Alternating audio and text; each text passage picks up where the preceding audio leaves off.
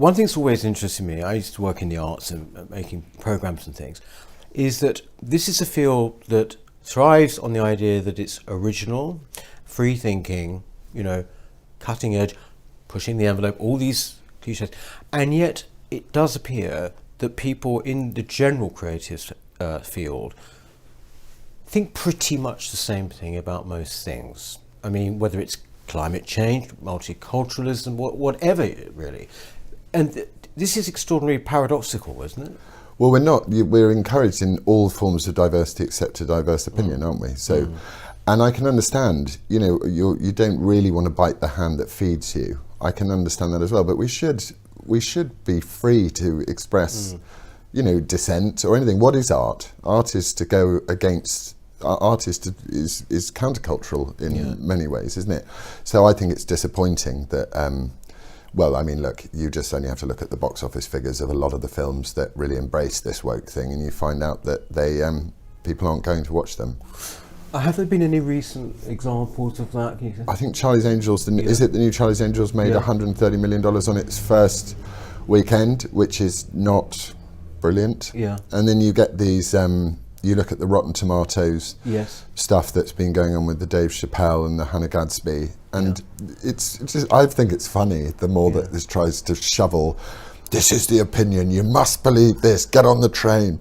The more people just go, I'm not getting on the train. Yes. And it's the same with Brexit and climate change and Trump and all of these things. And I suppose it concerns me as well because I've got children, and my children often say things to me. My dad said to my youngest son, what's your favourite subject at school? And he said social justice. And my dad said, justice is not a word that needs a modifier.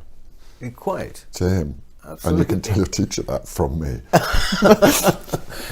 It seems that, you mentioned Brexit there. There was a letter that was written, I think, by a huge number of actors and directors to the Times. And in it, they even made this claim. They said, they were obviously all hugely against Brexit, but they made this claim that our creative imagination will suffer. And you sort of think, well, wait a minute. I mean, we've been doing this for quite a few years. Yeah, and really? Yes. Your creative, I mean, honestly, where does it come from?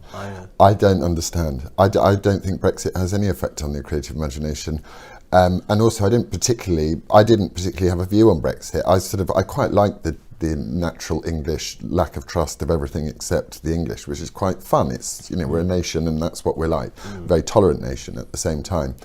So it's the extremely patronising atmosphere. So once the Brexit result came through, I was like, well, that's interesting. It's interesting that the people have turned around to the establishment and gone, up yours, son. Yes.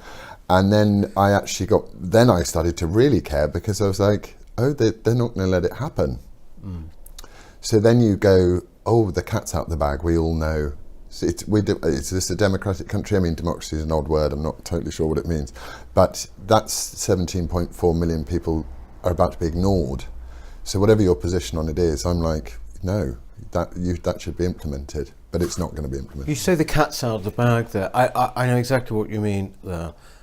Do you think, has your attitude to this country and its institutions changed as a result of the past 3.5 years? Or not? Do you still trust them, basically? Well, I've had a sort of microcosmic version of this by just being a sort of well-spoken English person. There's a sort of general about that. So I'm kind of fairly used to being treated in an identitarian way.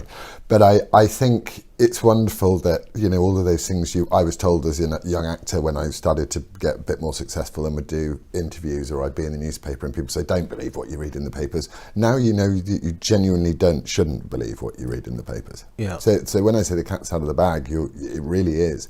And people have got so many sources that they can go to for information that the divide is only going to actually get bigger, I think, between those that will accept and look for the truth and those that want to stifle anything to do with the truth. Has this always been something that has engaged you, or is it quite relatively new? It's new, I think. But I was listening back actually to my old album, the one, and I wrote a song called Blinded by the Truth on it.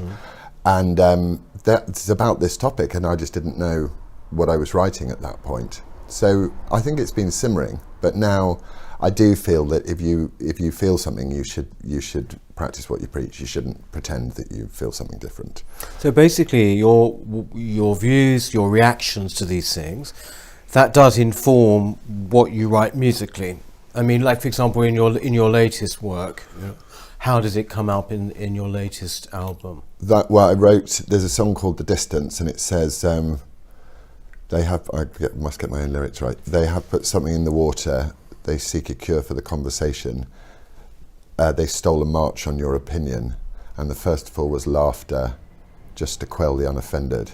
They seek to murder your opinion. Yeah. Really. So it obviously bothers me enough, and it's also kind of not really. It's a protest song at the end of the day. Yes. So it does affect. It does affect. But also, I'm raising children, and. I want those children to be, to pursue truth, not their own selfish version of their truth, because I think that's a mistake. Isn't it right that as well the Me Too movement inspired something on your album, didn't it?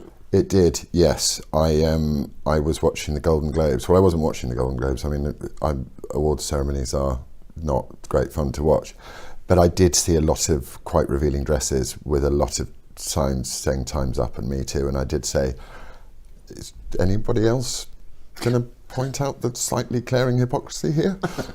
elephant, you know what I mean? Yeah. This is something I know. I've read when I was reading about you, and it is this hypocrisy, whether it's about Me Too or whether indeed it's about the climate change movement. That basically it is very much a matter, isn't it, of do as we say, not as we do. Yeah, and it's also, I think there's something even more insidious about it, which is to take people with much lower expectation and aspiration in life, like my great chum, who really does need to take his daughter on holiday once a year to give his year a chapter element to it. And I think it's about saying to them, no. Yeah. No more EasyJet for you guys. We're going to reduce the standard of your living. For what as well? Why? And but also, if there was a balanced discussion about climate change, I'd be thrilled. But there isn't a balanced discussion about climate change. It's one thing, and then you just think it's been going on for years. It's the doomsday cultists. If it's the end of all days, and the problem is all of this sort of really extreme leftist thinking always starts with a tiny grain of truth, which is. We could be destroying the planet. But then if you go into what the Extinction Rebellion team are all on about, and then you start going just beneath the surface into what climate justice is, and even Corbyn was saying peace justice, these ridiculous words that they're piling together, that's not really got anything to do with the environment. That's about authoritarian, neo-communist living. And I'm going to resist that because it doesn't end well, does it? No.